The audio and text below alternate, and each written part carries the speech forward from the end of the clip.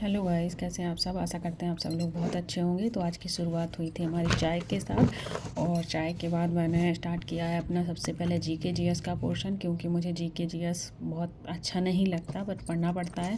कुछ अच्छा लगे या ना लगे, अपने अच्छे लगने से क्या, एग्ज़ाम में जो आएगा हमें पढ़ना पड़ता है।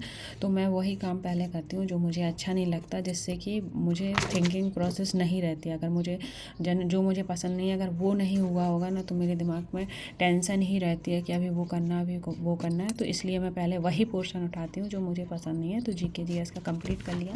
देन मैं आ गई हूँ अपनी ज्योग्राफी की तरफ, क्योंकि मेरा डीएसएसबी टीजीटी का एग्ज़ाम है। तो इसलिए मैं अपना ज्योग्राफी पढ़ रही हूँ। एनसीईआरटी बुक्स ही पढ़नी है, अदर बुक्स मैंने नहीं ली हैं, क्योंकि मुझे एनसीईआरटी ही पढ़नी है। मैनी टाइम्स मैं इसे ही रिवीजन करूँगी, क्योंकि कहते हैं कि कंटेंट ज़्यादा मत रखिए, बस शॉर्ट रखिए, बस उसे मल्टीपल टाइम रिवीजन करिए। जब भी आप एक बुक को बार बार पढ़ेंगे तो उसमें कुछ ना कुछ एक नई चीज़ ज़रूर सीखते हैं हर बार पढ़ने से।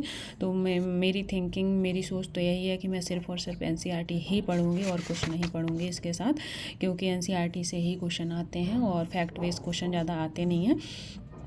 तो मैं अभी अपनी एनसीईआरटी कंप्लीट कर रही थी। और मेरा जो वुमेन्स हैं, हाउस वाइफ हैं, उनसे मैं यही कहूँगी कि अगर आपके पास टाइम नहीं है तो अपने लिए टाइम निकालिए। पर कैसे निकालें, ज़्यादा टाइम नहीं मिलता, क्योंकि किसी के पास अगर 10 मिनट भी टाइम है तो वो ये सोचते हैं कि अरे 10 मिनट में क्या ही कर लेंगे, 10 मिनट में बहुत कुछ हो जाता है।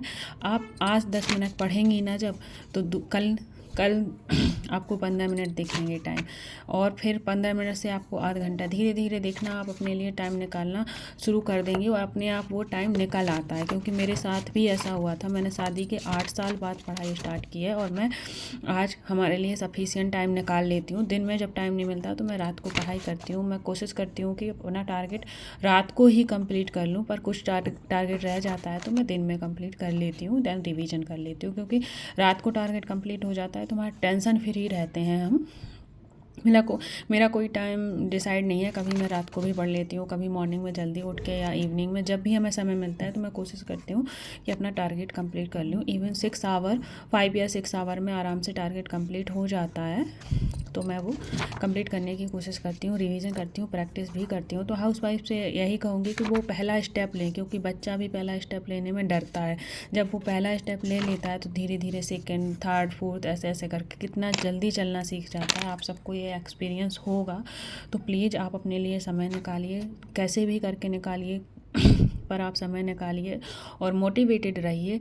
आप ये सोचिए कि मैं सबके लिए इतने सारे काम कर रही हूँ, ये कर रही हूँ, खाना से लेके बच्चों को संभालना, हस्बैंड, सास ससुर, सबको संभालते हैं हम लोग। तो हम क्या अपने लिए पढ़ाई के लिए टाइम नहीं निकाल सकते? निकाल सकते हैं। बस क्या सोचते हैं कि अरे ये तो हमारा काम है। यही अगर दूसरों को पढ़ाने का काम दिया जाए तो आपके पास टाइम आ जाएगा, आप पढ़ाने लगोगे।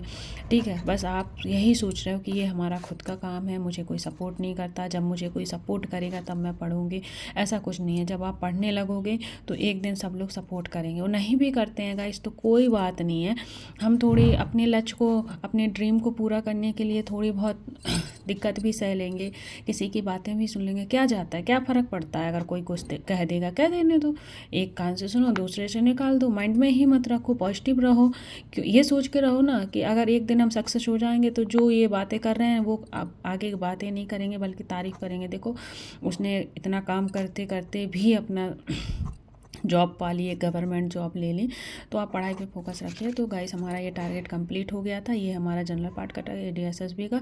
सो guys, thank you, take care and bye bye.